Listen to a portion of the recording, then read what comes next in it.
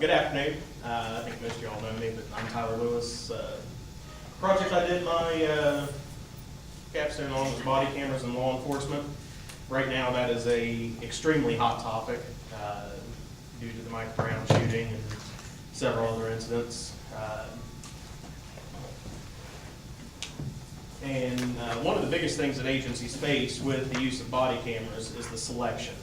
There are literally hundreds of companies out there that manufacture products for the use in law enforcement, and for one agency to find a solution and implement that, it can be a burdensome task. I consulted with First Sergeant Jim Stout of the West Virginia State Police. He used to be here at the Wood County Detachment. Now he's up in Moundsville. He stated that one of the problems they're facing right now is that their existing dash cameras in their cruisers are failing. They were initially installed back around 2006, 2007 time frame from a company called Digital Ally. And it was a particularly interesting system in that the control unit was integrated to a rear view mirror unit that's mounted in the vehicle in place of the stock rear view mirror. But some of the systems that they have are only recording video and no audio now. Some of them are recording audio but no video, and obtaining replacement parts because the system that they have now is discontinued. Finding replacement parts and getting service on them is a bit of a chore. So he requested that a video system that integrates both a dash camera and a body camera integrated, compatible and all that, be identified. Brief history on cameras in law enforcement. Since pretty much, obviously since the beginning of time, since cameras have been around, law enforcement's used them for documentation.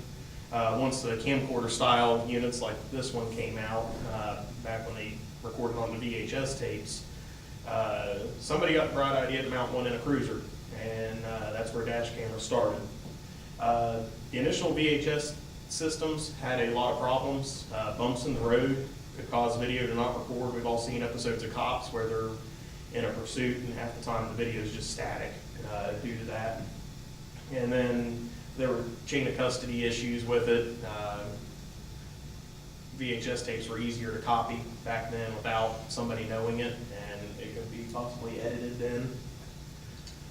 After those types of systems, companies came out that dedicated to making dash cameras, and they solved most of the problems with that, including the durability issues with the VHS tapes, and space issues were a big one. There's only so much space inside a vehicle to mount stuff, and you start throwing in cameras, radios, your siren, anything else, radar guns, it takes up a lot. So, and then they also solved some chain of custody issues, especially with the more modern ones that recorded on the digital formats like SD cards. They could be secured against tampering and provide a log of every time that video was accessed, edited, copied, and whatever. A fairly new technology is the body camera. They're worn by officers to record their interactions with the public or any other incidents that they're dealing with. They can be mounted in several different types of configurations. This one here is a center mass mount camera, and it could mount to an outer jacket, ballistics vest, any type of outer garment. And then there's also a clip-on style, which can clip onto your sunglasses or a special headband that allows the officer, or allows the camera rather, to get a good point of view of what the officer is looking at. And then there's also 1- and 2-piece systems. The 1-piece systems are like that one again. It contains the battery, the recording device, and the camera all in one unit. And then there's 2-piece systems, sort of like the microphone over here, where you have a recording unit that you wear on your belt, has the battery and the recording media, and then a separate camera that gets mounted wherever you like. The biggest problem that agencies are facing with these cameras, and this is coming from someone who's very familiar with technology, is storage. One camera, according to Law Enforcement Technology magazine, one officer with one camera that has 10 interactions with the public per day, lasting 10 minutes apiece, will accrue 11 terabytes of data in a year. To put that into perspective, your largest iPhone size you can buy right now is 128 gigabytes, and there's 1,024 gigabytes in 1 terabyte. So where to put all this data is a monumental task for any agency. Local storage is one of your options. This is a very expensive option to implement. If you're, say, like Parkersburg Police or something, you have one main station or very few main stations, this may be your better option. You can get a lot more space on that type of system. However, you need to have a dedicated IT professional available or on staff to manage these types of systems. And again, the cost to implement them can be astronomical. At my side job, we just recently installed a similar storage system to what you use, and we've got almost $10,000 into it. That's a small system that for a year's worth of data for even like an agency the size of Parkersburg Police wouldn't hold it. So, newer systems are cloud storage. We've all heard of the cloud, Google Drive type things and all that. Companies that make these cameras are offering cloud solutions, and for an agency such as the state police that's very geographically diverse, has several offices all throughout the county, this may be a better option. All you need for it is an internet connection. The data is stored in the cloud. You don't have to hire anyone to manage it. It's less complex for the end user because all they have to do is put their camera in a dock and their video is automatically uploaded, and then they can use an app on their smartphone or on their laptop or whatever to go through and view their video. Anything that doesn't need to be kept, they can delete. Anything that needs to be kept, they can lock it up or archive it onto a thumb drive or other device to enter into evidence.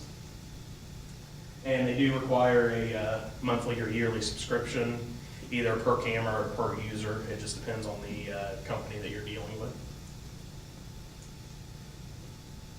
Pros and cons of body cameras, and this can go on and on and on, so I just identified a few of them. Pros, they allow for more accountability of the officers. We hate to say it, but there are problem officers out there, and if they know that they're more apt to be on video, whether it's their own video or a citizen's video, they may be more likely to behave appropriately. Riverside, California implemented body cameras on all their officers, and false, frivolous citizen complaints dropped by 85% after it came out that they were wearing body cameras. Now, whether this be, it obviously points to the citizens know that they're being recorded, the actions are being recorded, so they don't say that Officer so-and-so groped me or whatever the complaint may be, instead of trying to do it just to get back at an officer who gave them a speeding ticket or whatnot. And another study stated that it can allow for better report writing. In high-stress situations that law enforcement deals with, you might not remember some fine details of what occurred in that incident, and that could be important when it goes to court. If you have a recording of that incident, when you get back to your office, to sit down and write your report, you can review your video and go through and see all the small details that happened while you were on an incident. Cons, they are very expensive to implement and maintain. For good quality, you can hop on Amazon and buy one for $40, but for something that's good quality, is going to stand up to the physical demands of law enforcement, they're right around $400 to $1,000 a piece. And for especially smaller agencies or extremely large agencies alike, that can be an issue with the initial cost. Some of the solutions can be technologically advanced, and there's all kinds of people who do have issues with technology of one sort or another. And some officers may push back against the new technology. I have 7 years in the fire service, and I can say for a fact that everyone in the public safety field has an opinion of, we've never done it this way, we've never had this before, I'm not going to do that. But once an agency is to explain a lot of the pros of the systems think a lot of officers would be more apt to embrace the newer technology. The proposed dash camera solution that I found for the state police is from the same company that made their initial system. It's the Digital Ally DVM 800 system, and it is a 2-camera system over their current 1-camera system that just faces forward. This has 2 cameras, one facing forward, one facing to the rear, and this allows views of any prisoners or anyone you've got in the back of your cruiser. So if you're transporting them to the station and they try to make a claim of a sexual assault, or you're brake checking them up against the cage or whatnot that's been known to happen, you can have proof that, no, here's the video of their entire ride back. This system can be expanded to 8 cameras, which can be especially useful for vehicles that run like construction zones and traffic a lot. So you can videotape what's going on outside of the cruiser to the rear. And again, it's installed similar to their current system. The recording or the control unit is mounted in a rear view mirror. When it's turned off, it's just a normal rear view mirror, but you turn it on and there's actually a screen built into there that you can start seeing when you turn it on, and then allows you to control it. And it can be activated either by, when you turn on your lights and siren, it automatically turns on, or there's a manual button to hit it. Once you hit it to turn it on, it'll automatically save the prior 30 seconds of video. Even though it wasn't recording that initially, it'll save that prior 30 seconds of video and then record until you shut it off. The proposed body camera system is Digital Ally's First View HD system. It records in high definition, which is rare among body cameras due to their size. It's a 2-piece system. The recording and battery units go on the belt. And the nice thing about this system is it can be switched between a center mass type mount camera or a clip-on camera that can be mounted for field of view or point of view. Sergeant Stout identified especially that the problems with the center mount systems are that it gets this view. But if I'm, say, clearing a house or something and I hear something over this way and I turn over that way, it's going to be recording this way still, but I'm going to be looking over here. So a point of view camera can obtain a lot better view of what the officer is actually witnessing. This system integrates with the DVM 800 dash camera. So when you activate, say if you're on a traffic stop, you activate your lights and siren. When you get out, that camera, the dash camera is automatic, or the body camera, excuse me, is on. So the officer doesn't have to remember to turn on a separate camera when they get out to record it. It automatically does that. And then the charger docks for these automatically archive the video to your storage system, whether it be a local or cloud-based storage system. So when you get back, you stick it in there at the end of your shift for charging, and then it also pulls the video off and stores it. So it's one less thing the officer has to remember to do. And I proposed Digital Ally's ViewVault cloud solution for them. Again, it gives you all the pros of the cloud-based systems that we discussed earlier, and it provides chain of custody management, which is similar to the cameras we use here at the school, that the video has to be opened by the software that came with the system, so that way you can't open it and edit anything. And if you did try to edit it, the minute you try to open it up in the software, it'll say, this video has been edited, we can't do anything with it. But it will allow for redacting of information if you need to blur someone's face or blank out something that may be in there if you release a video to the public. And this works well, especially for smaller offices or stations, because where Work County may have 2-3 troopers working out of that detachment, you don't have to have a $20,000, $30,000 storage system at each of those smaller detachments. And in conclusion, there's many different types of systems that can be chosen. Like I said, there are literally hundreds of companies that make these systems. It's going to be up to each agency to determine what's going to work best for them, looking at all the aspects, not just the cameras and the storage, but battery life and everything like that. And grants are available to help with these systems, help purchase these systems. The Department of Justice released a strong recommendation that agencies attempt to adopt this technology, and they're offering grants to help agencies, especially smaller agencies, purchase, install, and maintain these types of systems. Any questions? Did you find in your research that there was any challenges from the defense lawyers for the iCloud or the cloud backup storage? Is there any chain of custody issues there, or has that been handled? Or I was just wondering when I was thinking about it. There have been, I did read about reports of some agencies trying to use these systems and circumvent paying for, like Digital Ally system is about $200 a year per camera. And they tried to circumvent that cost using Google Drive or other free storage systems.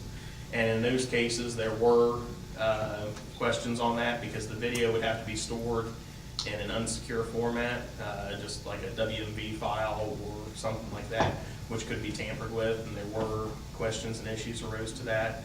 But if you stay with any of the companies, their own storage solutions that are designed for it, the way they've got everything locked down, I really didn't read anything on issues there. It logs everything, every change that you do. If you burn it 10 times, it shows that so-and-so logged in and burned this video 10 times. Wow. Any other questions? One of my largest concerns, and I don't know what you see about this, is that anytime you're supposed to have a video, and then the video is not there, then they blame the officer for tampering with it. Okay, I mean that's true with dash cam videos. Yeah. So what's going on with that? Has there been any of those issues? You know, so if I have a body cam on, and then when you go to court and I ask you for it, and you don't, and you give it to me and it's blank, I'm gonna be like, what'd you do to it?